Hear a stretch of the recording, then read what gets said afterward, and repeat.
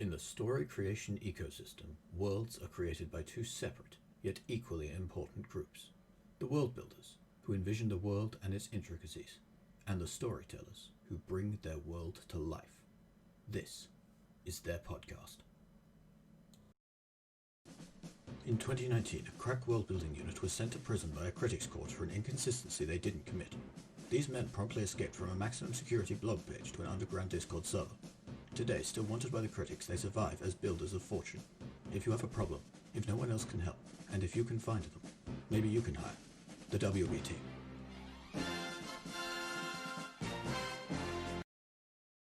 Well, hello everyone, first and foremost.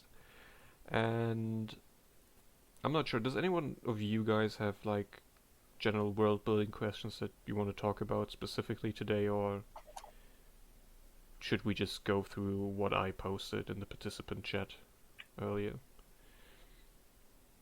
I think it's reasonable to go through what you've posted, unless a normal or that's clearly not a normal person. It's clearly a normal person.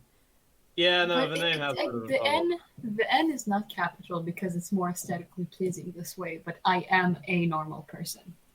Okay. No, you're not. Would a normal person use that kind of name? Exactly. Okay. Shh, you've all fallen into my trap. I've deceived you all. I'm a master of disguise. It's basically, hello, fellow kids. How do you do, fellow kids? Okay. How are you doing, fellow youngsters? Before we're getting sidetracked too far already, I would like to get started with the first topic that I was requesting, and that's how do you guys like calculate your populations, or do you calculate them at all? And like, what's the science behind it, basically? Ooh. Actually, Well- have something like that for that. Because I tried calculating quite a bit, but I don't know, it always feels like it's getting out of whack at some point. Yeah, so I do have something, and it's based on like two different approaches that I combine a lot. Well, basically, like the first one is the one I use more often. It works better on like a small scale. If you have a village and you need the population count, then first of all you have to consider the geography. You have to consider like where are they in the world. Now that tells you a lot about possible trade that they can do. So with that in mind, you basically need to think about it this way. You need to have enough people in that village to more or less satisfy all the basic survival needs for that time period. So, for example, like in the village for the game, like for the first game we're working on, we reached a number of around 50 people, where we actually have like a list of all the things, where basically we calculated how many people they would need to basically maintain all of the huts in the village and everything else, like in terms of the wood, and then in terms of the stone, because they have like these little stone walls and a lot of other stuff with stone. So how many people they would need to take care of that? How many people do you need more or less to take care of hunting? Like hunters and berry gatherers and all sorts of other things. Also farmers. You can have some things supplied by farms, but not everything considering the geography there. So we did a basic math of all that. And with all this like in mind, we managed to reach a few numbers with this. And then, so with a lot of professions, you actually have like this little thing where you can calculate like you can have, for example, one blacksmith for like 20 hunters. It's not that far-fetched, especially if they're using bows a lot. And then it's just a lot of doing that for all the smaller things, and you can just get like these numbers. And again, you can round them up a bit, fiddle with them a bit. Also, you will have people that don't work all the time, so they can help in other stuff. So that's like for smaller stuff. For bigger stuff, there's actually a much easier method to at least get like the actual population count, and then you can decide who does what or how many people approximately do everything. There's a document which I keep sending around many different places because it's really, really, really useful. where basically like you pick a few fairly arbitrary numbers at the start, and then with a lot of dice rolls and looking at the map, or more or less the potential map of what you want to have, you can basically split it because population centers actually follow a few very nice mathematical rules. And with these rules in mind, you can actually just you can take the population density of the country, and then like I can put a certain amount of people here. So then near this little city, I will have less people in small villages, but it will still be more than like a village in the middle of absolutely nowhere. So this document goes over that, and yeah, that's a really, really nice way to do population counts. It Hmm. amazes me how much thought goes into this. That, well, like in my world, that I started with a friend.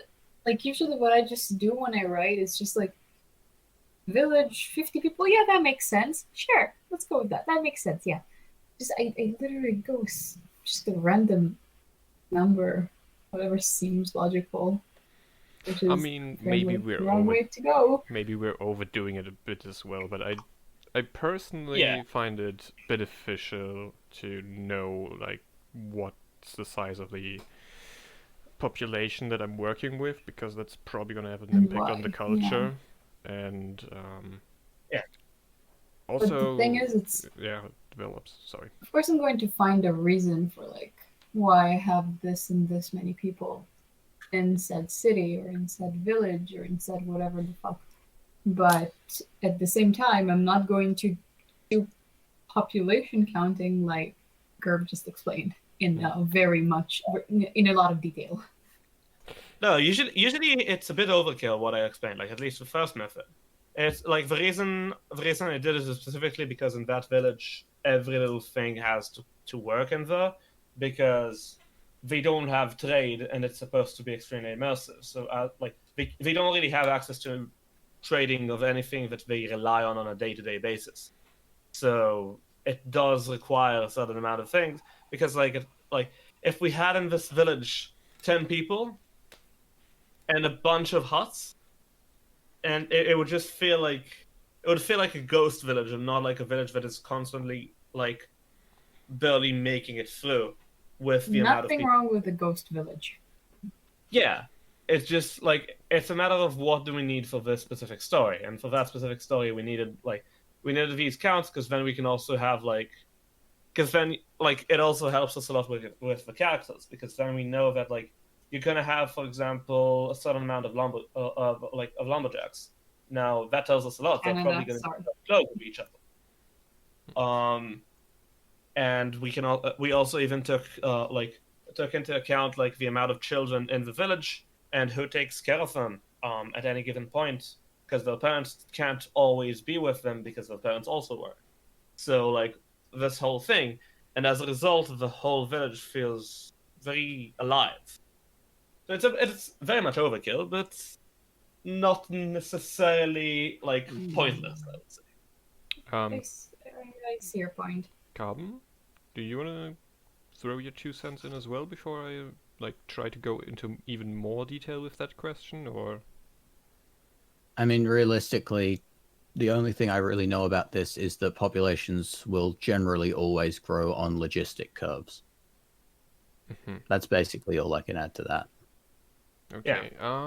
Wait a second, because that's basically the question, like the thing I wanted to go into more detail, because I'm using this population growth kind of like a basis to understand how my civilization would evolve throughout the like 5,000 years of history, and I have like some data points where there's a war and I like certain population that I would assume for this point in time. So the one method I tried to do was like using these data points and then using interpolation with splines, I think. Wait, is it splines or splices? I think spines it's usually used with interpolation. Like in the same Yeah, context. splines. Yeah, exactly. And I used splines to interpolate them, and I mean, I got like somewhat close to the actual thing that I wanted to get, but for example, for the first year, I started with an initial population of 10,000 people, and in the second year there's already 18,000, so that doesn't strike me as like extremely realistic.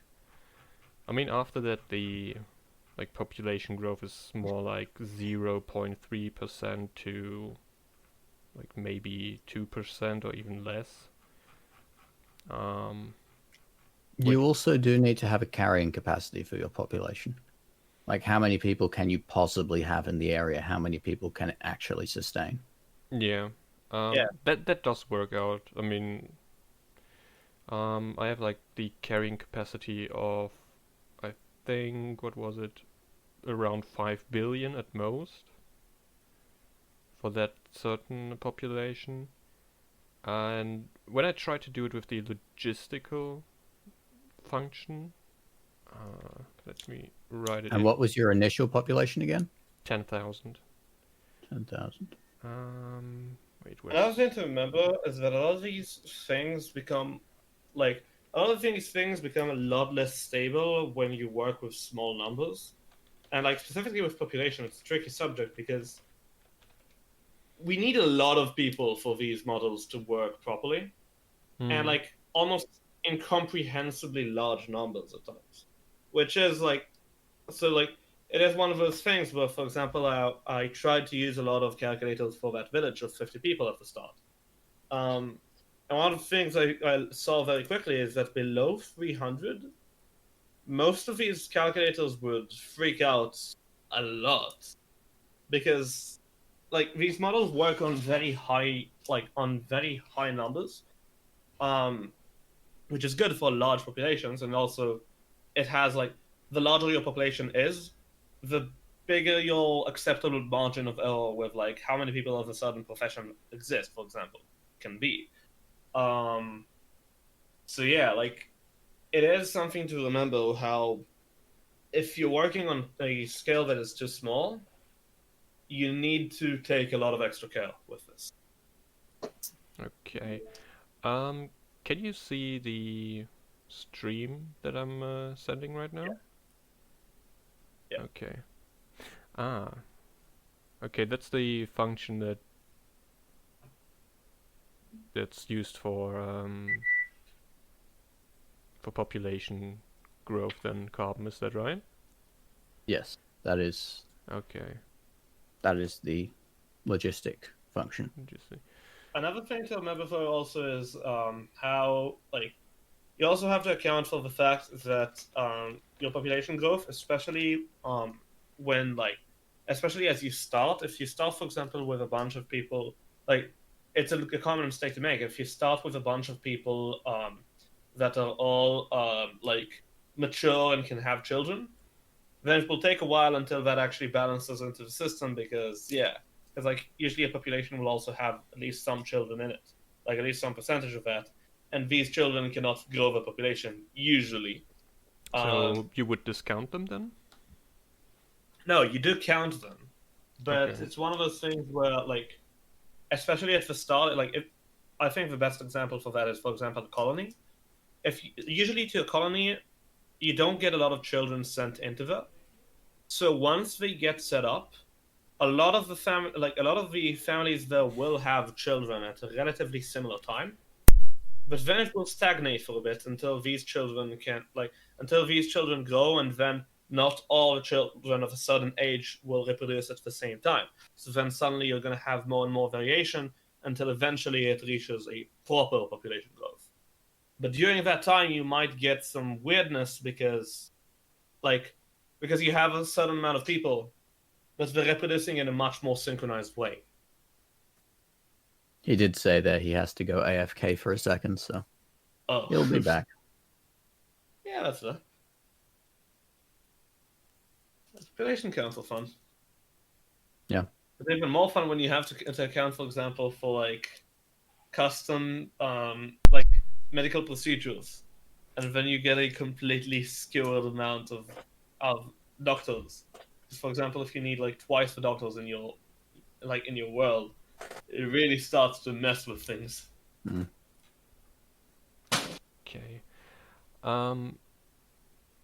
Yeah, can you see the spreadsheet that I have open in the stream? Yep, Okay. Is it updating? Because I can't. it is. Yeah, your stream's updating. Okay, good.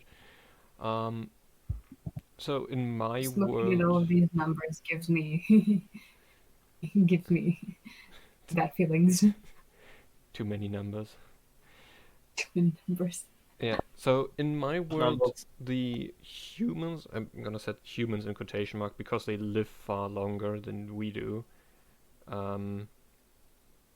Would this also impact their like reproduction rate? Depends. How long are they fertile for? Wait a second. I'm gonna have to look it up real quick. But Because reproduction rate will depend on how long your population is fertile for, or at least how long the females of your population are fertile for.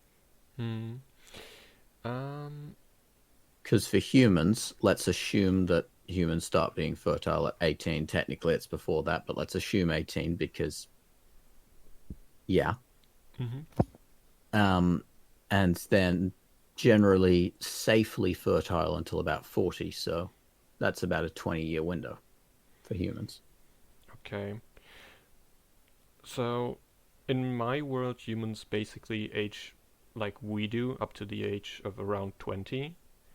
And after that, they only age at like 50% of our age. So if someone is, like, let's say, 102 years old in my world, they'd only be like, so they would have 20 years as we do, and then 82 years at half, so they would be around 60.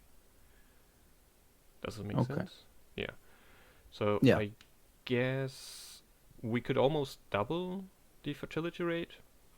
Yeah, so they're fertile for about 40 years then. Mm-hmm. Okay. At least safely fertile. Yeah. Would this also mean that they would have more children just because they're longer fertile, or would this maybe result in like...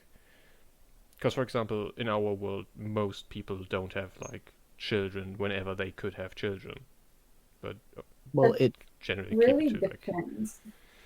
That really depends because in our world, as much as like the population, words, oh my god, as much as it's easier to have children at later ages, whether it's beef or because of women freezing their eggs, or it doesn't even matter why. Less and less people want children, and less people want a family, or quote unquote the American dream, because they want to focus more on careers or aspirations or work. So it's like with like, I feel like the development in the medical field goes hand in hand with people not wanting a family or a relationship or children. So it like goes hand in hand because they always say, I can do it later with the medical like developments. I can always have children later. So it really like might stay like sort of the same. Even in Japan, there are less and less people. Even in Japan, there are less and less people like finding relationships or children or starting families. Yeah, as standard of living increases, birth rates decrease. You see that all around the world.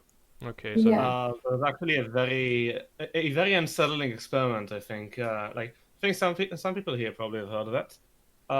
It is a fairly good know about. My dogs are barking. Sorry. It is fairly like good to know about this experiment because, like, especially if you're designing population growth. It is called Rat Utopia, and it was an experiment carried back a while ago. Like, I think. Wait, let me quickly check. But it was quite a bit ago, and it basically involved 1962. I think is when it started at least. 1958. So Is this it's the one that basically yeah. is So it this the one that involved discovered the behavioral sync? yeah. Okay. And it's a really interesting experiment because like it was carried out many different times, and every time it gave almost identical results, which kind of like made the person that initially carried these out very nihilistic about the world. The idea was this: rats were basically like divided into four quarters in like a very large cage. And there were passages that basically I forget exactly what the idea was, but it was designed to be kind of like a city full of rats, and they had all food requirements taken care of, and basically like life for them was basically perfect. So at the start, it was fairly nice and all, and then slowly, birth rates declined, and one of the things that happened fairly quickly there was at some point, like the female rats, would stop taking care of the children, which eventually caused these children to, a lot of them to die. And some of them that did grow, well, they couldn't now even understand how to take care of children. So, with a lot of these, cities, like basically they had a lot of population growth at the start, and then when they reached like some point where basically there were too many of them, everything about the reproduction changed drastically, and like it's a fascinating experiment to look into, and one that like did make a lot of people very scared or skeptical or whatever you want to call it about like long-term effects of people living in large cities. And yet China can stop overpopulation. Yeah. I have to But say in that China, does it's a sound bit more dystopian. complicated. Yeah, in China it is a bit more complicated. The like standards of living change drastically between different neighborhoods. I think in some places more than anywhere else in the world. But also, India has a significantly higher population density than China does. Yeah. Yeah, but you hear more about China, like, which is why I give it as an example. Yeah. Because China is very drastic on some of the measures versus overpopulation. Communism. And very notorious for some of them. Yeah. I mean, don't even get me started about this theories on COVID. Yeah, so yeah, that like basically that utopia is a very fascinating experiment. And if you do want to look into population growth and long-term effects of population growth, it is worth considering at the very least. Also, if you ever want to fall asleep very depressed, that's also another use of this experiment. A lot of people have been like very depressed after seeing these very disturbing results. Yeah. So that utopia, that's a thing. One of the darkest experiments carried on rats ever, probably. Well, let's hope it's not going to carry over to us then. Oh, there's a lot more similarities than you would be comfortable with. Do you want to hear? Yeah. Do you want to hear about a disturbing experiment on a baby? The what? The what? A disturbing experiment on a baby. Sure. Why not? I mean, we're at population and like birth and everything, so I think it. Yeah, well, kind of population control, might as well. Let's go. So basically, oh shit, I don't know how to say it in English, but I will try.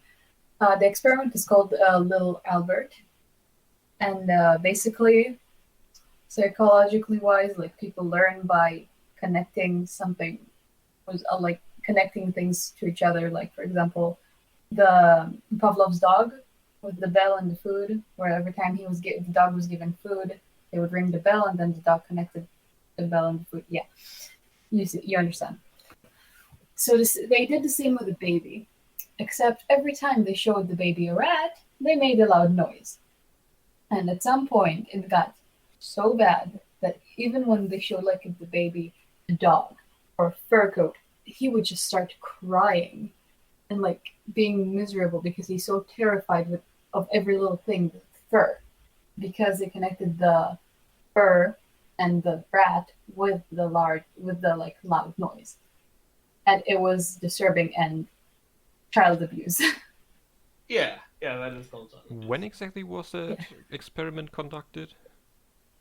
I will check, but it was before the thingy was created. Like The results were published in February of 1920, according to Wikipedia.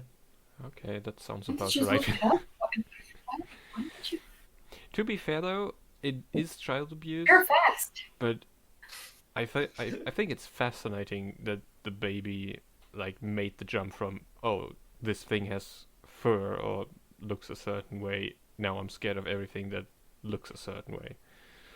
Well, obviously the experiment was conducted during it happened over time. It didn't just happen suddenly. Yeah, it was an application of the Pavlov's dog methodology exactly. to humans. Exactly. The words I've been looking for. Thank you. So, yeah, it's there's a lot of those things. So basically the point of the experiment was to show that we also can be conditioned then, or? I think the point of the experiment was to check if we can be conditioned, or like how long it takes. I don't know. Except the issue is, while they were trying to test similarities to the Pavlov's dog experiment, their comparison was invalid, because for Pavlov's dog they were using positive reinforcement, but for little Albert they were using negative reinforcement. Okay. So basically, they just abuse the child for nothing. They can't even use the excuse for science. Wouldn't it still showcase, though, that we can be conditioned through negative reinforcement then? It shows that negative reinforcement can condition, yes, but... By the way, little Albert died like shortly after the experiment, but it had nothing to do with the experiment, I think. Okay. That's... I guess that's probably a question we'll never get the answer I to. think so. I'm not sure. I remember our teacher telling us something like that, along those lines. My teacher's told me about a lot of darker stuff, so yeah. So that sounds legit. My English teacher nicknamed 3 pupils in my class Dumb, Dumber, and Dumbest. I love my English teacher. I miss her. I mean, we had a teacher that would tell people to go pick a flower for him.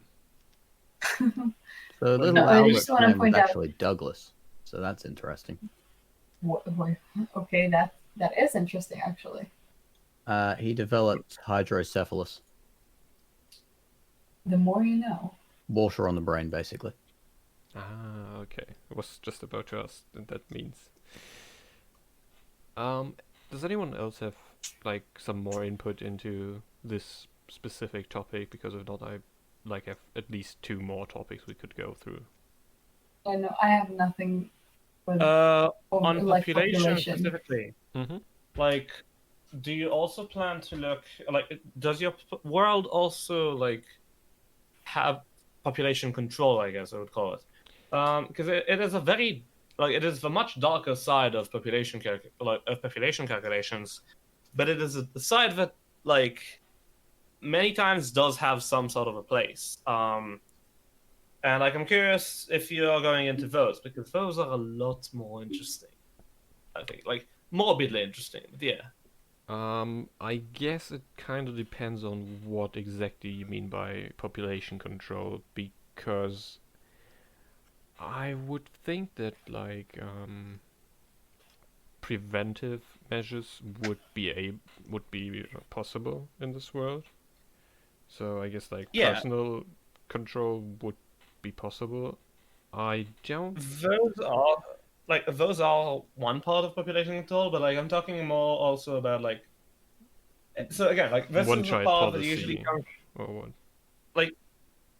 The darker sides of population control usually come in when you have people that, for one reason or another, would rather slow down or completely halt the reproduction in certain areas of, in certain regions, for example.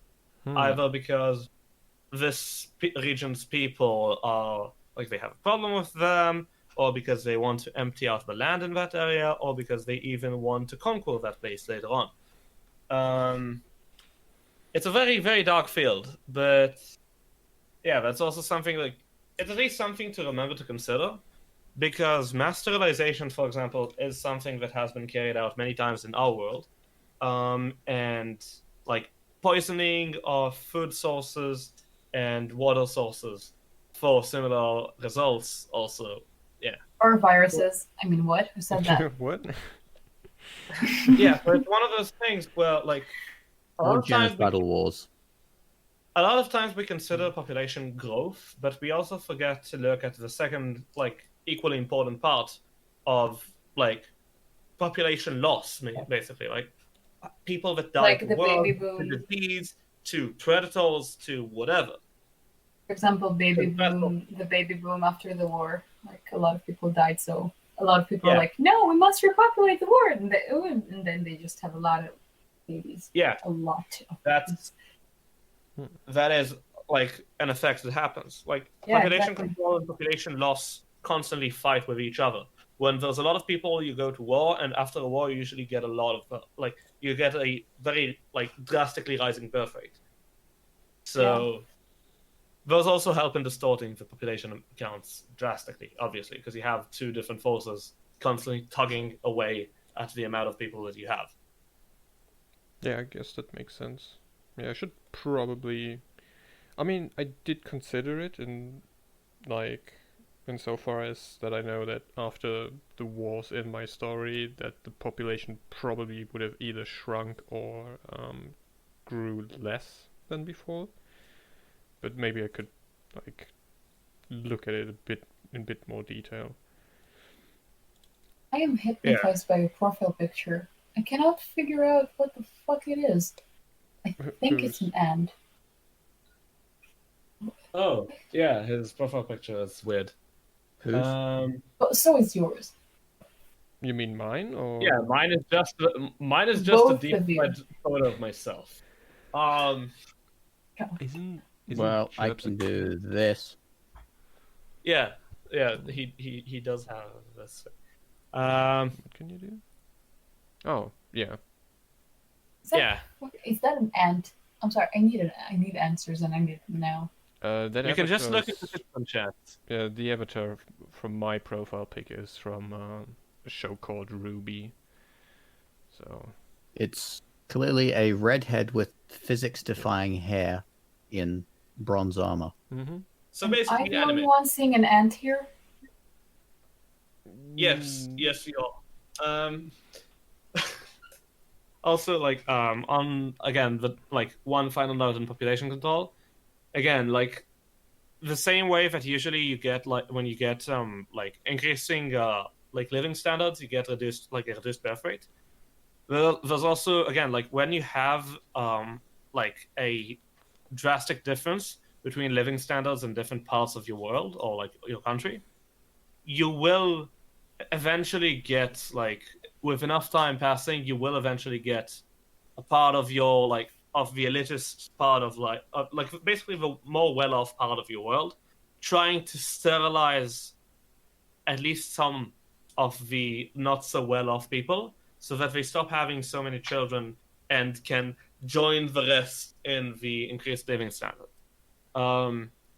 It sounds dark, but that's been sounds carried like out Hitler. in third world countries It's- many times in our world. It's so dark, in fact, that my brain just went to human trafficking straight away. yeah, that is a It bit is- darker than I expected. My brain went to Hitler. Well, No, but like, it is true. Hitler was part of That's the fair. people that like Hitler was doing that to a degree, and then you also had mass sterilizations in third world countries that were masked as as foreign aid. There were a lot of debacles over that throughout the years, some of which people still don't fully admit to, and others they admit to and try to bury it under the rug. But yeah, How- those have happened. It's how Like the- important to remember that because Well, most recently you have the Rwandan genocide of 1994. Quite recent. how is it yeah, called? that is one of the more recent ones. There were many ones where like the source for many people that especially in third world countries, that are against vaccines. Well, there's a lot of reasons for that. A lot of them are not founded in science, but some of them are also founded on the fact that there have been multiple cases where vaccines carried sterilization chemicals, and basically people were chemically sterilized through vaccination in these worlds, like in these countries, because in third world countries, some people in the West decided that, oh, we can just sterilize them and then they won't have nearly as many problems. That happened multiple times. Yeah, except they have so many children because they have high child death rates. Yeah.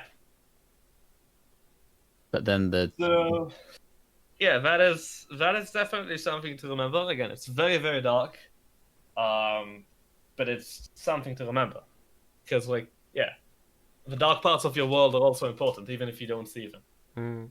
To be fair, that's like this specific case is probably not gonna be applicable to my world because like the factions in my world are pretty much distinct and relatively self-sufficient, so that's actually kind of presumably not problem. genocidal maniacs. Not really. Look, I mean, they go to war with each other. Many people over the years, much before Hitler, have exercised some sort of population control, including but Hitler China, made it mainstream. including Japan and China. They had a very rough history together, including to say the least. Genghis Khan. Genghis Khan did a lot of murdering. Yeah, That's true. Yeah. and Yeah, also but a lot Hitler of made it mainstream. Sorry, what was that? But Hitler made it mainstream. He did, yeah. Mm. Oh, Yeah, that reminds me of a funny thing. When I was in high school, we once had a Back in my presentation. day, sorry. We once had a presentation in English. One of the people went up to the front of the class and they started their speech with, "Name one vegan or vegetarian who ever went bad. You can't, can you?" And I just immediately wanted to shout out Hitler or Genghis Khan. If Genghis Khan was vegan, Hitler was vegetarian. It's just kind of... Do we see a pattern here? that did not did it? Your speech has already failed. Yeah. I would assume that we once didn't in respond English too kindly class. to that. Yeah, Once in English class, my friend was like, my teacher was like, each one of you, I want you to tell us something like vulnerable about yourself, like reveal yourself to us. And my friend just talked about how the day she realized that she's attracted to girls, and my teacher was like, "Thank you. It must have been so hard to tell us that." And I just sat in the corner of the class and I just said, "That's kind of gay." Yeah. I mean, you're not For you, wrong, that's are you? significantly. For you, that's a significantly different class to my English class, though, because remember, for all of you, English is a second language. For me, it's a native language. Is it? So my English is different to your English when we're talking about the classes. True. I mean, Meanwhile, like my class was just I'm filled with having an easier hecklers. time in English than in Russian, and Russian is my first language. Like we had a lot of hecklers in my class, and it was kind of amazing how, like, we had a reputation where basically teachers were kind of scared sometimes to try and like outwit people in my class, because every time a teacher tried to do that, someone else would shout something else that will completely invalidate like for example, like that teacher I mentioned earlier who would tell people to go out and pick a flower. He tried so many roasts on class on students in the class because like he didn't like them or whatever, and every time somebody would just have a response lined up that would make him stop, stare at the person for a minute, and then try to continue as if nothing happened. And yeah, we had so many good heckles in our class, including a few like I still remember them perfectly. Like there was one time where like I had to type in like on a laptop, so My history teacher once thought that I'm just playing like a game or something on the laptop and not listening. Funny enough, it was the one time that didn't happen during her lessons. The one time. The one time I was actually focused on her lesson. She was like, "Close the computer now." Why? Close the computer now. You're not listening. Huh? Close the computer. No. A funny thing before I continue. She has a hand injury that doesn't allow her to actually write, so she also needs a lab. And she's like, "Close your laptop now. Get out and take out a notebook and start writing." And I'm like, "Sarit, I cannot do that. Close your laptop now. I cannot do that. I'm sorry. I am handicapped and I cannot physically type. And I cannot physically write. I think you should have known that by now." And then she just looks at me, and the rest of the class just was like, "Oof." She just looks at me, and she's like, "Oh." Anyways, where were we? Oh yeah, and she tries to look at the board and continue with the lesson. Everybody's just like. Needless to say, she didn't pester me about that again ever, which was kind of nice. Because then you didn't have to pay attention anymore? What? I mean, I never did. It was history lessons. History in here is so, at school at least, is so overly simplified. There once, just as a joke, I tried to see if it works. I tried to basically, in a test about World War II, I was basically like, I know the important events in World War II. I know more or less what agenda they're trying to push. Let's see if I can simulate World War II according to their agenda in the middle of a test. And I scored perfectly on that. Because it is so predictable. I never had to listen during history. I never listened in history, but that's because I don't care. I don't know, teachers were boring and not interesting, so I just didn't bother. But the thing is, we're also forced to learn Bible, basically the Bible here. Yeah. And I didn't listen in any lessons. I didn't listen, and I came to the most important exam, the Bibliorbis exam, which is basically a part of the exams that were gonna set my entire future, and I didn't know what the material was, and I scored a high score, a pretty good score in the test, because it's so easy. You read the Bible and you answer, and you're like, Eliyahu, God, whatever, yeah, sure, Abraham. Yeah, that's. Just say whatever the opposite of science is.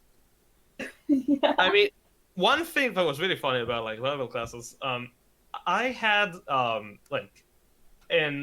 for 2 years in a row, I had a Bible teacher who was, for lack of a better term, aggressively feminist. Oh god, I've heard that that. goes together. Now, look, it sounds terrible, and it did sound terrible at the start. And I think the best way to summarize that teacher, who was by the way amazing. She was also a homeroom teacher for these 2 years, and again, she was amazing. But I think the best way to summarize her is on the first day of school, when we were all sitting in class, and so we see this, we're all 7th graders, and we see this 8th grader just walk into class, and we're sure that, oh, they're probably just helping our homeroom teacher. That's so nice.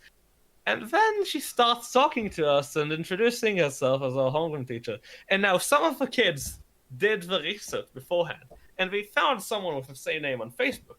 She was a 60-year-old grandmother, and nobody expected this. So look, this teacher, we expected terrible things when we heard that she's an aggressively feminist Bible teacher. No, these lessons were amazing because nobody took it seriously, including the teacher.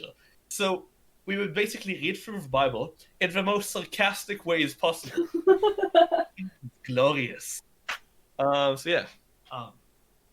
Okay, now that we pissed off all Christians, which religion can we go to next? It's better because it was the Jewish version, so we don't piss off any Christians. I There's still a mean, lot of Jews. it would still be the It's Bible, a lot though. of Jews. No, No, it's we read the basically Bible. the First Testament. I think that's how it's called. Yeah. in English. So we would read like the First Testament, and like Yeah. you know, we would read that, and like the reading itself was proper reading, and then as soon as it's done, it's just like, so that was a lot of bullshit. Yeah, that was fun. Oh, okay. I like how we reached this on population control. Fabulous stuff. Yeah, we've got on a massive tangent as always. Should we just jump right into the next topic? That's probably going to be. I mean, that sounds good. I mean, I don't think there's much more we can squeeze out of population. I mean, we could go on this tangent for ages, but I don't think there's much more to it. Yeah.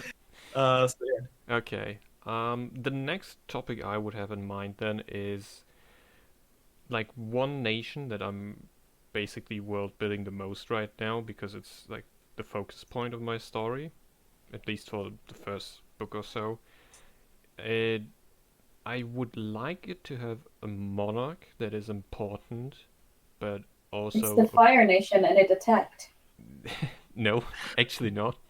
But No. it should also have like a parliament or like I don't know, Senate, Congress, whatever, like an elected body. And I'm kind of hard pressed to find the right balance where it comes to like how the powers should be split between monarch and the people's representative. Because So it's basically like, you guys have a say, but my say is bigger, kind of type of deal. well, that's the question, because if that happens, then it's basically just absolute monarchy with extra steps. But I don't really want that. But I also don't want the monarch to just be like a representative figure for the country. So Sounds like Victorian and earlier England. okay, The Victorian and earlier British Empire. So in that instance, for legislation, the Parliament basically had the power for legislation, but the monarch still had significant power to basically say things like, well, I'm just going to disband Parliament for a week if I feel like it, or I'm going to pardon this person, or I am going to make you a lord in the House of Lords because I can. did the House of Lords have more influence back then, or The House of Commons and the House of Lords are the two houses yeah, in England. but because as far as I know, the House of Lords doesn't hold that much influence anymore in England right now. Well, the UK. Mate, you still have to get everything through the House of Lords. Yeah. True. It's just not gonna really pick a stance against what other parts pick. I mean, that's like, I think that's probably like a very good way to summarize the current system in England in general, where practically like if there's a lot of parts involved that could go very, very wrong, but most of them are just going along with what the democratic part of it decided. They don't really veto anything to be crazy about Oh it. my god. So like they're mostly just like a seal of approval, but they approve everything. Okay, wouldn't this also mean though that like over time this kind of system would either evolve into something more akin to what we have in the UK right now, or to a civil war? Well, the Isn't UK has UK had right a now? civil war. Yes, exactly. And I The think UK has had multiple civil wars. yeah, partly Yeah. like about this problem, isn't it? Well, Um, the president I mean, in isn't- America has a hell of a lot of power. Yeah, The that's president is basically an elected monarch. yeah, that's I mean, kind the of Prime key. Minister in the UK is the one basically making the decisions, while the Queen is more of a representative figure, like The Queen the is a woman figurehead is the, now. Yeah. Yeah. She's entirely I'm talking about figurehead? current England. Yeah, current England, the Queen's a figurehead. Yeah. she's a figurehead with a lot of power. She just doesn't Yeah. utilize it because it would cause a lot of problems. It would probably cause another What civil war. power? Isn't the Prime No, Minister the one technically, making decisions? Legally, Well, the Queen has not- a ridiculous amount of power. Hmm. But if she uses it wrongly, it will basically be the end of the royal family. Well, yeah. In a Yeah. Westminster system, I'd like to point out that the Prime Minister doesn't have absolute power. The Prime Minister is the person elected by the I mean, party. he's bound to laws, obviously. So you vote for a party, the party votes for a Prime Minister. So the party votes for their leader, they have a Prime Minister. And This is our system?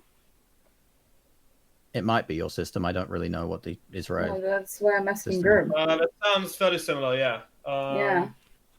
So what the Prime Minister does then is they select their cabinet, and gives the cabinet various portfolios that they are in charge of.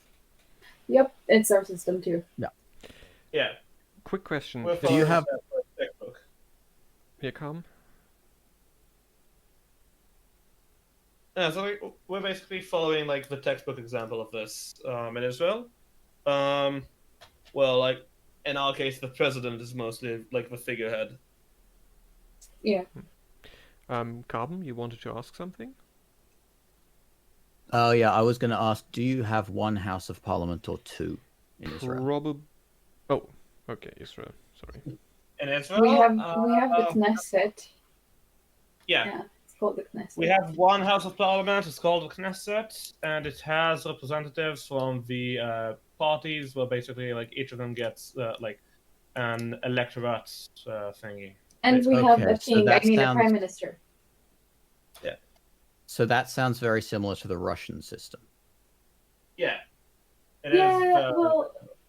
Oh, and we also both us and Russia have one person staying on top for like over 10 years. So yeah, that's pretty much the same. Yeah, it sounds. Except Russia's person fights bears and our person fights, I don't know, Holocaust survivors. That's a hot take. No, it's not wrong. That's the thing. Yeah, exactly.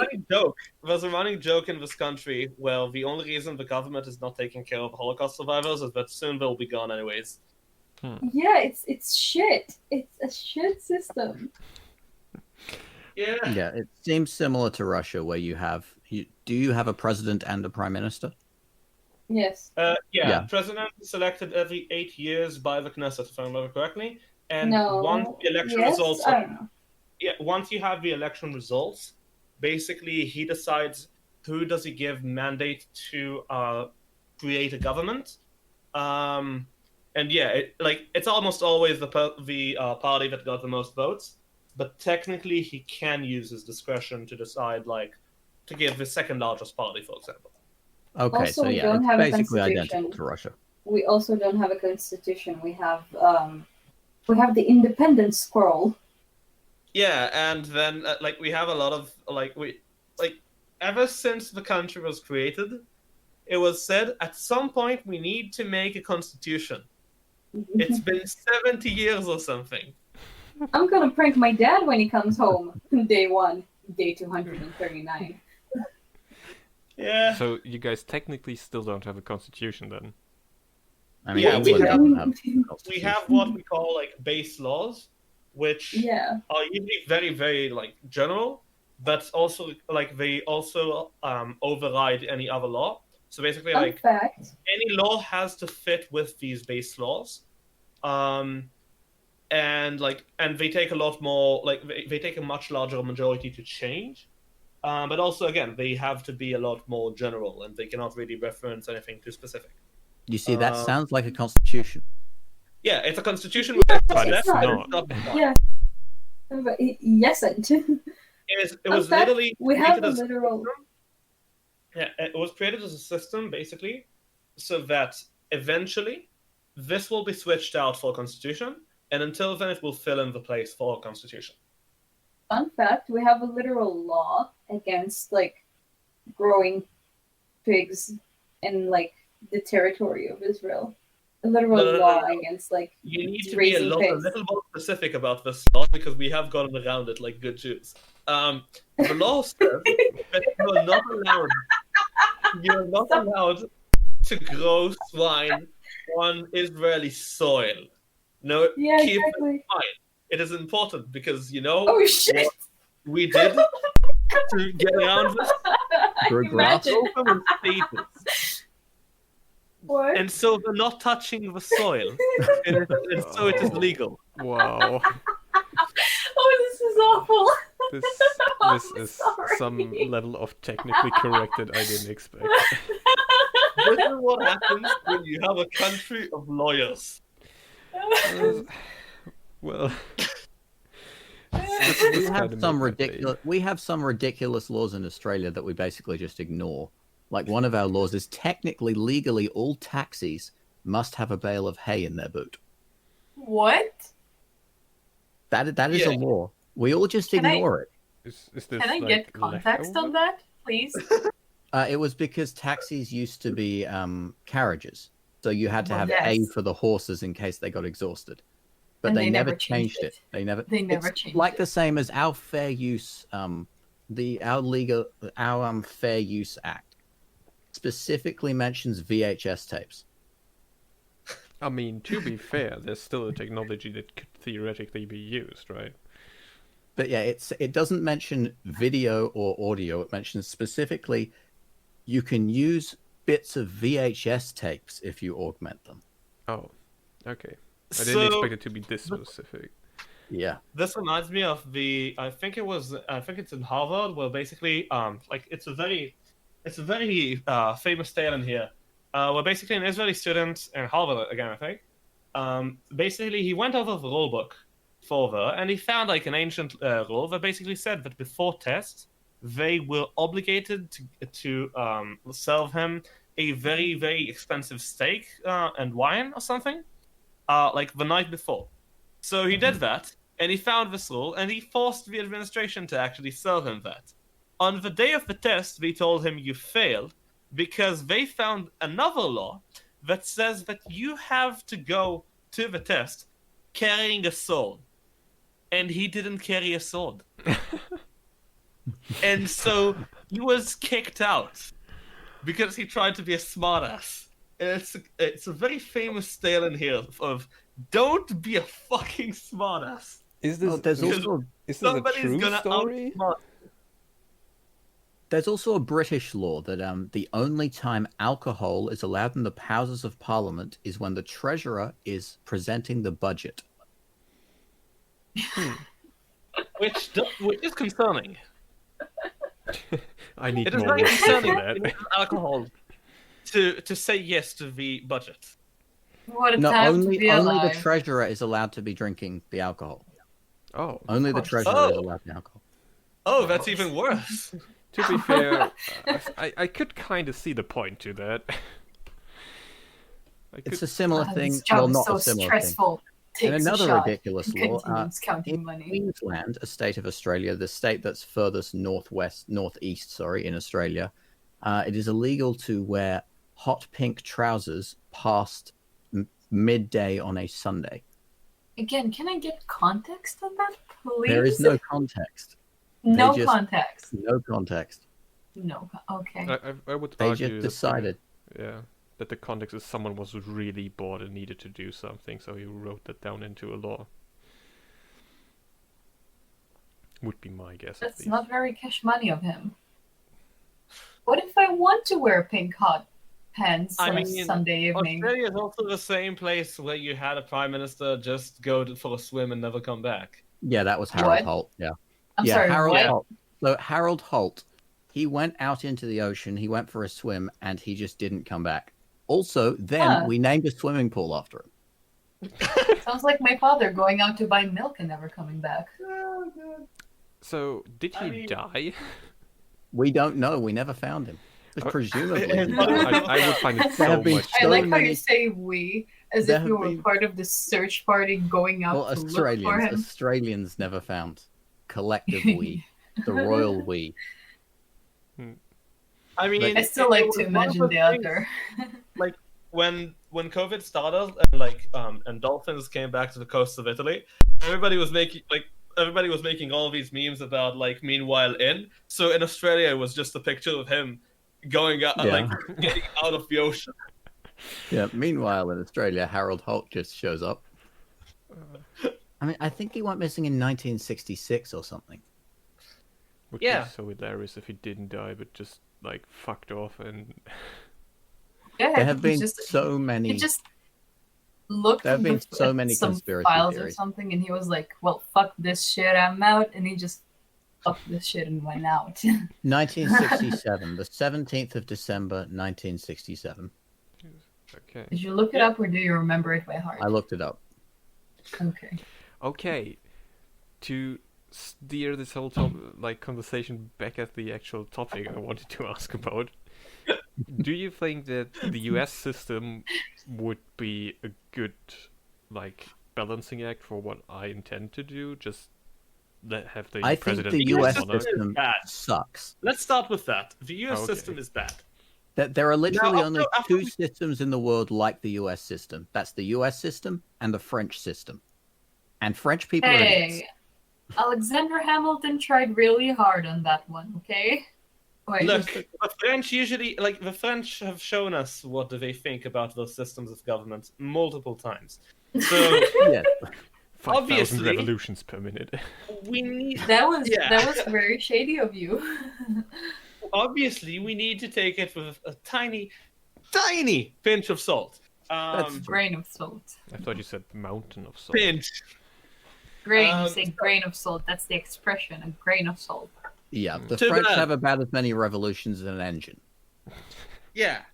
So, the American system is bad, but, the balance of power there, if they actually did adhere to it properly and didn't have, local congresses just working, 2 days a year or something, yeah, that happens in some states, it would be even potentially decent.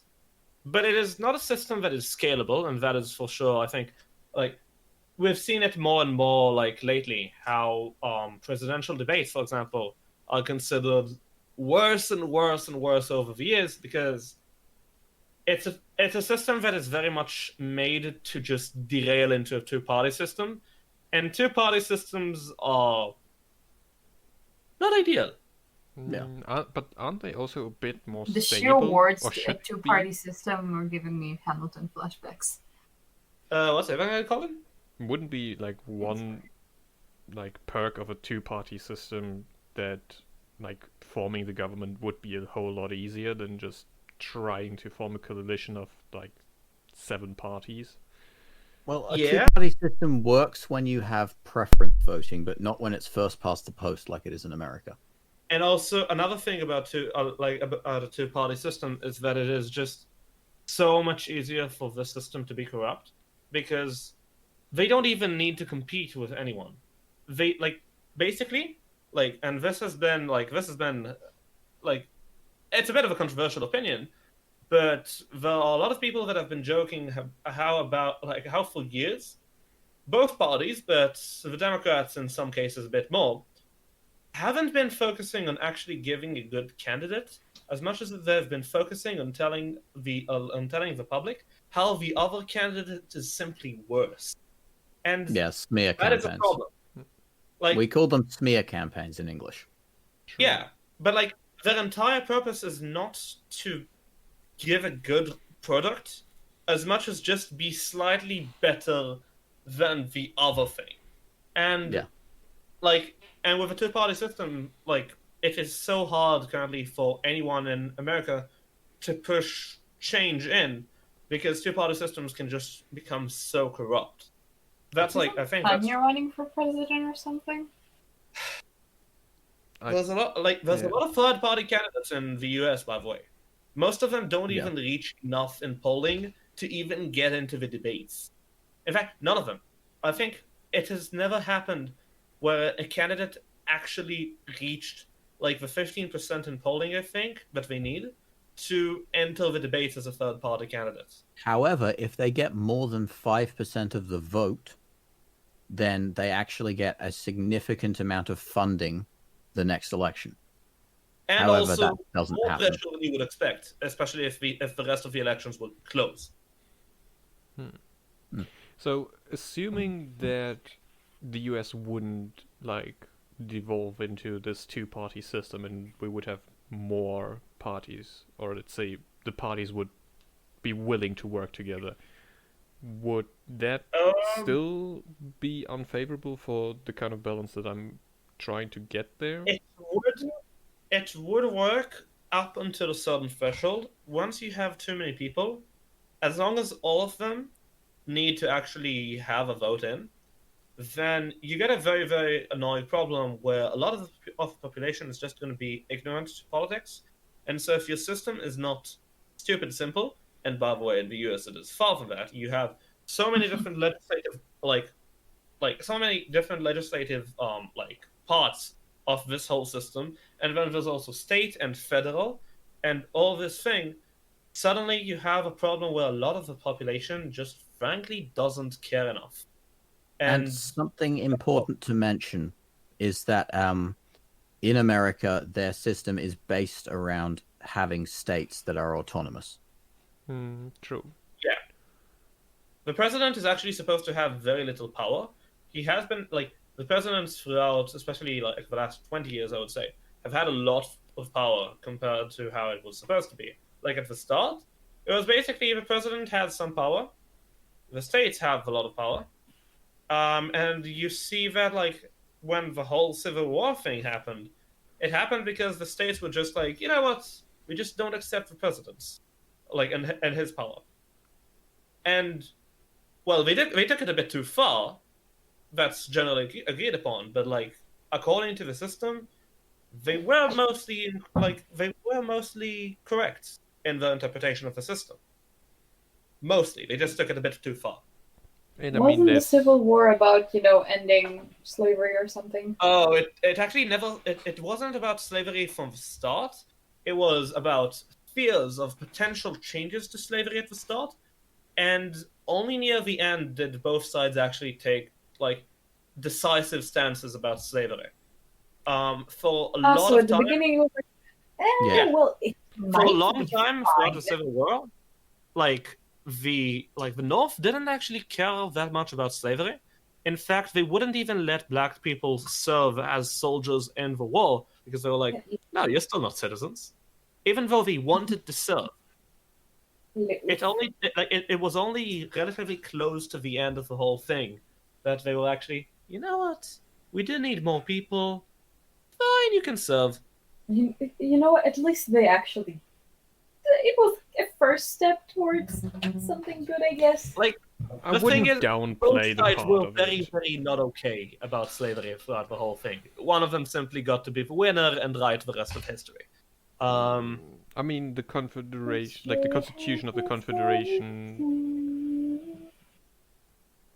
I think in the Constitution it is stated that the blacks are eternally bound to slavery in the Confederation. So I would argue that abolishing slavery did play a significant part in the war. I mean, we can near debate. the end of it. Yeah, near the end of it, but again, it was a lot of it is more of a hindsight spin on it. And also another thing that people forget is that the North wasn't really against slavery either.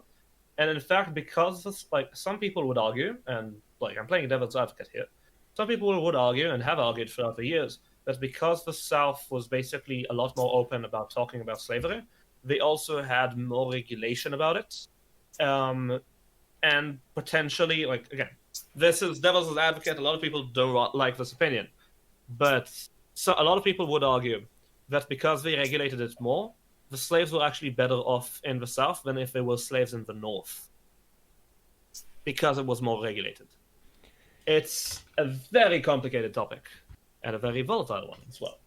I would probably have to look more into it to give an educated opinion on it, but yeah. So to get back again to the topic, kind of one of the problems I would have is that in my nation, probably there would be something similar to the House of Lords. Would this still work with the kind of framework of the American system? So I would just. So when you say House of Lords, are you talking about the modern House of Lords or the Lords of the old-timey House of Lords? Because the old-timey House of Lords was all none of them were elected. Yeah, they wouldn't be elected either. They would be nobles. So. So old-timey House of Yes. Lords. Yeah. It could potentially work, but again, it's like basically it's one thing about political systems where in some places they're intentionally designed against this principle, which is principle that a lot of people mention about politics in general. And this also goes for voting, and like it's one of the main arguments against electronic voting, for example, is basically that for these systems, if you want them to be stable, you need to make sure that they are fairly hard to exploit and require a lot of people, and like as in a lot of people, like aka a lot of voters, not just a lot of people in the system, a lot of voters to even give these people the seats that they require. That's again on the voting. The same idea is basically like you need the system to be as hard as possible to rig without a very large scale operation, with the idea that if it's a large enough, if it's a large enough operation, it will be caught prematurely. But like if you want the system to be stable. Another thing you have to remember is that if you want the system to work and not cause a lot of dissent in the public, it has to be simple enough for a commoner that is not interested in politics to understand it and understand where they tie in, and to have the trust that somewhere in the system there is someone taking care of them, which is why in a lot of the more totalitarian regimes, you actually see something very weird where they will have like a lot of branching from the system. So you have like the total dictator, and then a lot of people under him, and then a lot of people under them, and it's a whole command chain where you would basically get someone to like where you basically have someone in the system in charge of every like relatively small amount of people, so that they can take care of these people. And well, in a dictatorship, it's more about enforcing and making sure that they don't they don't step out of line, but it's also to make sure that their voice is heard, so that they don't even have dissent. That their voice is heard, and at the very least, they think that what they have a problem with is getting taken care of. So like that is a fairly simple system, because you have someone in charge of everything, and then you have local representatives that are in charge of like you have these local representatives that are in charge of the local population. And So what you've just getting their described, voice ahead. what you've just described in a very, very long-winded way are electorates. Yeah. Electorates. True. Yeah, kind of. Yeah. Yeah, but like sometimes we go like in a far more like sophisticated chain than just like electorates that are directly like chosen by the area. Like you would have like someone even in charge of like a small city, like a representative in charge of a small city, which in a lot of democratic systems is like The mayor. called the mayor. Yeah, Mhm. it's the mayor and the like the local city council, and they're usually supposed to be in charge of communicating with the general government. The That fact that most pronunciation democracies of- doesn't work is another thing, but like it's this like command chain basically that is That supposed. pronunciation of mayor is just painful. Oh, You pronounced it the American way. How did you pronounce it? So Americans pronounce it as Mayor? mayor, but in the rest of the world we pronounce it as mayor. Well, Huh. I pronounce it as mayor as well, so. Americans. German. Americanized. German, They've, even Amer- worse. yeah. they've Actually, Americanized your pronunciations. Actually, I think a lot of the American pronunciation probably, like, to a certain degree stems from German influences, I would guess.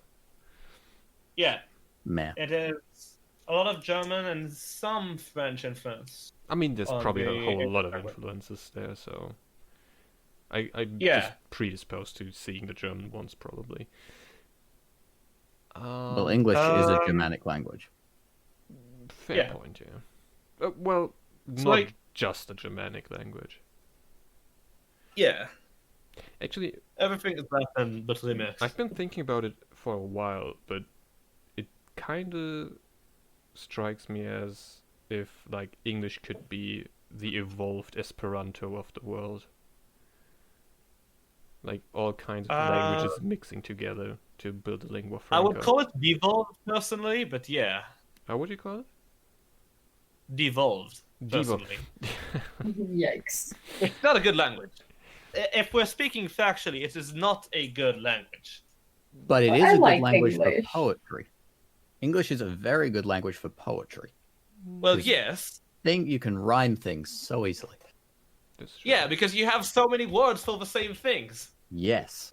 The only thing that is Synonyms are amazing. maddening in English is that you can't, or it's kind of hard to tell how to pronounce something if you just see it written in front of you.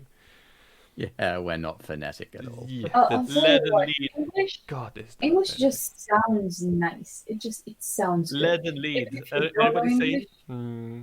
you just hear it. It sounds nice. Yeah, English. Russian, you hear Russian, and you think someone is planning to murder you. Okay? Well, Russian English is not like that. Russian doesn't have connecting words, so it's a bit of a Russian- weird language. It's such a complicated. Okay, if you want to say in English that I don't know, this piano belongs to someone, or you want to give something to the piano, you say, I'll put this on the piano. I'll put this in the piano. This is her piano.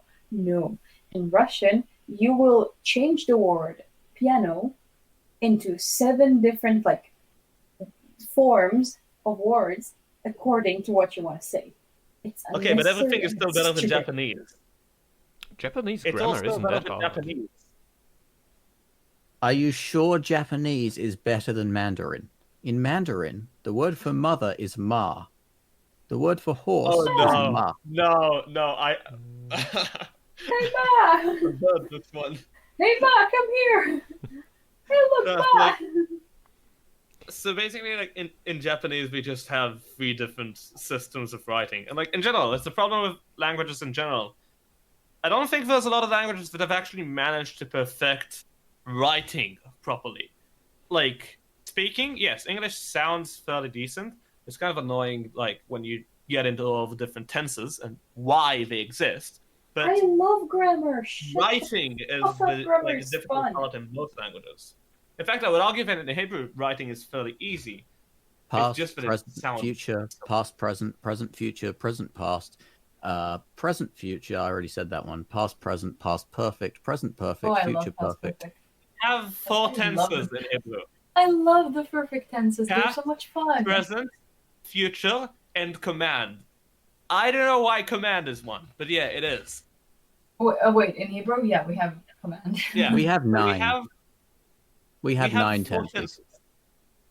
We have 9. We have 4 tenses, and all the words fit into one. Like almost all the words of most categories fit into one of 7 patterns. It is ridiculously easy to write. In English, it's 9. Take it or leave it. Well, I guess I take my hat then. So yeah, To be no, fair, like the English tenses are they have their use cases. I can see why you use them. they have the use Something- cases. I would just argue that the distinction between them is far too hard at times. We also have an order of adjectives that we don't learn in school. So Oh, no, native the order English of speakers, we don't learn our order of adjectives because it just comes naturally. So it just comes naturally to a native English speaker. So I don't know what the order of adjectives is. I would have to Google it, but I would have just, it listed somewhere. but I just automatically put my adjectives in the correct order because I'm a native speaker. I guess that So just we don't comes learn with that. time, though. Like No. if you've Is spoken that- English for long enough, you probably are not gonna make that mistake either. Although it could be a long time until you learn. Also, when we're learning English in primary school initially, the native speakers, we actually only learn 3 tenses. We only learn past, present, future, and then we learn special clauses I'm and the conditional only clauses. one who really enjoys grammar. I enjoy grammar, Yeah. I do. It's fun. I like I it. really don't. Same. I mean, I'm dyslexic, so it is part of the problem. But yeah. Wasn't dyslexic just with spelling? Yes, but that already makes this a lot harder than it should be. But Okay. it's just spelling. You shouldn't have problems with grammar. My spelling is shit, but my grammar But is grammar good. is nice. I really like grammar because it's like a scientific method for English, for the English language, or for language. So English grammar is very nice to me because it's very mathematical. English is basically the most mathematical language you'll ever find. Yeah, I was talking to a Boy, guy. am I and bad at math. A guy sent me a message on Instagram. Oh no. A guy sent me a message on Instagram, and he had horrible grammar that I kept correcting. Like, his grammar wasn't that bad, but I kept correcting it. And then he sent me a message the next day in German, and I'm like, wow, even in German your grammar is shit. Yeah, she's very cruel to people. No, you. Honestly, I Not think wrong. at this point maybe my English grammar could be better than my German one. Although I would probably have to give it a thorough look. Wait, are you German? Well, what am I? What else am I supposed to be? I don't know. But we've also got an English thing. We've also got an interesting thing in English that we have specific words that refer to discrete and continuous cases, like less and fewer. Less is continuous and fewer is discrete. Do and make as well. One of the annoying things I found about English is how I can't for the life of me tell you like the official way that things work, like the tenses and all that stuff. But if I have to speak English, like if I have to speak in English, I know how all the things are supposed to connect, like how different, like how to form a sentence, and it will stay in like the proper tense. I can't tell you what tense, but it will stay in the proper tense for that sentence. And that is one of the problems with that. Like, I understand that it is a fairly nice language to speak in. Like, again, my grammar in English is a lot better than in Hebrew. But then again, I also did forget Hebrew once. Like, and on summer vacation, I just didn't speak Hebrew for 2 months. And then I forgot how to speak Hebrew. And then I get back to school and I'm like, shit. How do How these do I words? write? How do I words? How do I write? So with your monarch thing, it sounds to me like the kind of system you're looking for is lower house, noble house, monarch. So you have a lower house that makes all the decisions, and then they pass them on to the noble house, who can say yes or no, and then they pass them on to the monarch, who can, if they want to, just go nope. Mm-hmm. Okay, so basically the legislation is being done by the lower house, and then both, like, the House of Lords and the monarch have to agree. Yeah. I guess that could work. Another thing, what about like military and so on? Would the lower house be the only one who can like call to war, or That like, would make logical sense, yes. okay? another thing to remember though, is that the nobles will probably concern themselves with vastly different things from the general populace. So, like, it would be far-fetched to have certain fields where, for example, the monarchs just completely ignore these fields because it's for the for the civilians. They don't care about that particularly. So, like, basically, it's a general thing where the monarchs don't need to take care of everything because certain things do not even concern them. I mean, that's So, yeah. like, they should have the power to do that, but like on certain things, it will possibly be tradition for like, oh, we like they always say yes on that. No, no questions about that. They will never say no about that, even for political pressure. So yeah. One question that I would have about this system that you propose, Carbon, could it also be like that every party in this system has the right to propose legislation, but it has to be like accepted by all the other parties as well? So Yeah, that would be the logical way to do it, yeah. Yeah, okay. Because I think, Yeah, because if sorry, go go ahead. I was gonna say, like, if they all agree on something, then they can just have like the lower house instigate like the legislation of it. So, like, if they don't agree, like, if 2 parts agree, then like if only two out of 3 parts agree, then it will never make it through to the end. but if all of them agree, then they can just have the lower house instigate the legislation. So they don't even really need a system for that. They can just say like they can just approach like a representative from the lower house and tell them, "Yo, we have this thing. If you agree, please pass it on to us so we can sign it." So, about the wait, how was it called? Execute? No. Legislation. 1 second. I need to translate this. Oh, Executive. Executive. Okay, here it goes. Who would like control the executive then? Would that also be the lower house, or like a combination of all three, or? So Should be the lower house, yeah. yeah, I don't you know. could wouldn't- potentially have like. Go ahead. Yeah, wouldn't that kind of weaken the position of the monarch in this regard then? So what you can have is you can have like the monarch, for example. What would he care about most usually? The monarch would probably care about taxes, right? Like that's a fairly important thing for him, and for the lords too. So like the monarch will care about taxes, and as such, he will probably be in charge of the whole tax body, like of managing this, and also keeping like basically like. So the House of Lords has like jurisdiction, like the lower house has jurisdiction on like the taxes to a degree, but then the Lord enforces it to make sure that they act like that the taxes actually happen because he benefits the most from it, and as such has the biggest reasoning to make sure that it works properly. The Lords, like they will care more about like higher education, entertainment, stuff like this, because that's what concerns them more. So they will be in charge of these things, of like government funding for these things, of like of Culture funding and for arts. higher education in general. And then the lower house, well, they care more about general infrastructure. They care about like foods, roads, stuff like this. So they will care about like they will be in charge of lower infrastructure more.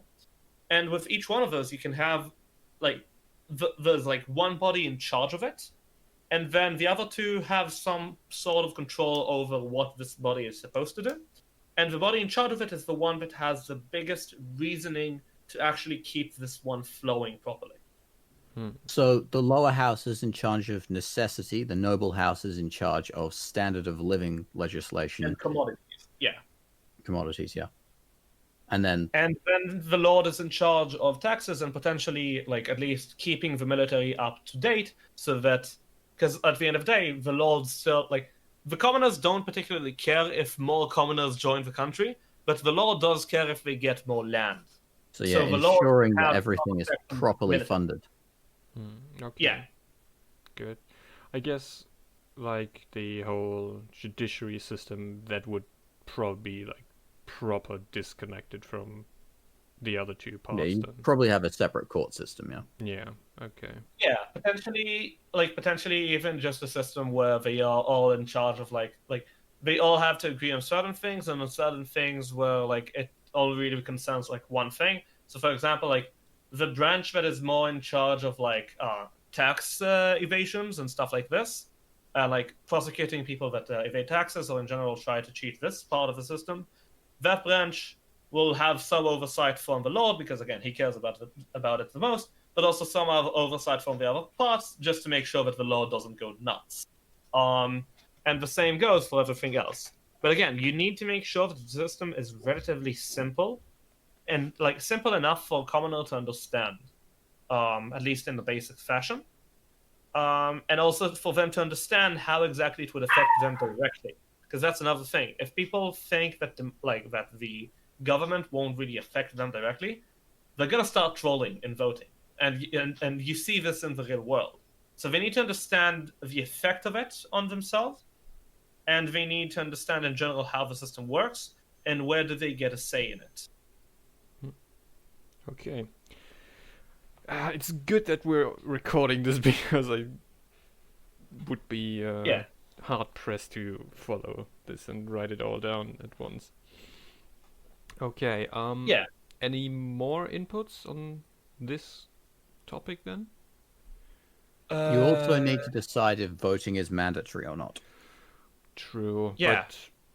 but I'm probably not gonna make that mandatory because it's gonna be a relatively huge nation, which could result. If it's not mandatory, if it's not mandatory, you want some sort of rewarding for it, because again, you don't want the public to basically like go out of touch with the system. So you kind of want something to keep them voting. Like I know that in some countries, you either get fined or get like a small grant if you vote, or don't if you don't vote or vote respectively, and stuff like this. Or like there's parties after voting. In Australia, I think we have something. Yeah, in like Australia we have something that we call the democracy sausage. What's that? There is a barbecue, or we call it a sausage sizzle in Australia, but barbecue, where you can get a hot dog after you vote. You have to pay for it, but Okay. it's quite cheap. It's cheaper than if you were to make it yourself. Hmm. Yeah. But also So voting is mandatory, so you get fined if you don't go. Oh, really? So basically, Yeah. you want that's good to know. something. $200 fine. To keep your population voting and to keep your population interested, because again, the engagement rate in politics in America, for example, what did we have like a 50-something% voter turnout last election? It wasn't really high, if I remember correctly. Yeah, and you saw like the difference in voting, like the difference in votes between Trump winning or losing was tiny.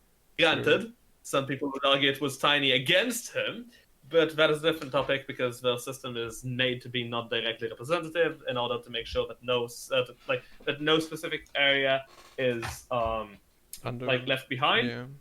Yeah. Which, by the way, is something to remember, especially if your areas in like the nation are relatively like distinct. Because then, like again, if they are relatively cohesive areas, then each one of them will act more as a unit. And so basically then you still get something similar to a party system, where instead of parties you have states. So you want to try to avoid that, if you can, by some method of basically like, at the very least, deciding that only local governments can do specific thing, like state-specific things. That already makes it a lot better. Because then, the equivalent of the federal government can't really, they can't nearly as easily, discriminate against a certain state. Because then, just they discriminate against a certain state, they can't now, because that requires mentioning the state in this law, and they cannot do that. Another thing you can potentially do for that, by the way, is that the lords will be basically the lords will have more of an equal representation based on certain amount per state, while the or county the or lower subdivision house, of some kind. yeah, so the lower house will be direct democracy, and the lords will be based on the areas, so they keep the interest of the areas where they live. Yeah. So to clarify for our potential viewers, when Gerb says direct democracy, he does not mean direct democracy. He means population representative democracy. Yeah. I was just about to say, I think direct democracy might be an issue. Such a weird terminology. Sorry, what was Yeah. it? It's such a weird terminology because they directly choose the representatives, and yet we call it representative democracy. I mean, yeah, you choose the representative. I think there's a case to be made that it should be called this way. Direct democracy is when every individual votes on every issue. Yeah. Okay. We don't do that. We don't. And I would say with that, I would stop the recording. And because we just talked to our potential viewers, if you like these kind of somewhat informative, hopefully, talks, then be sure to subscribe. I think over 50% of this session was us getting sidetracked. Yeah, That's exactly. what most Well of over our 50%. Yeah, but that's You want the podcast to be short, to the point, and informative? yeah. That's not a podcast. That's an informational tutorial. Then we could just make like shorter videos and really prepare everything. And which, to be we fair, could make highlights videos. Yeah, we could Yeah, we do will that. probably have highlights and even like potential summary videos on specific fields, like for resources. Like That's I what the have this Bibliorbis whole- Basics series is.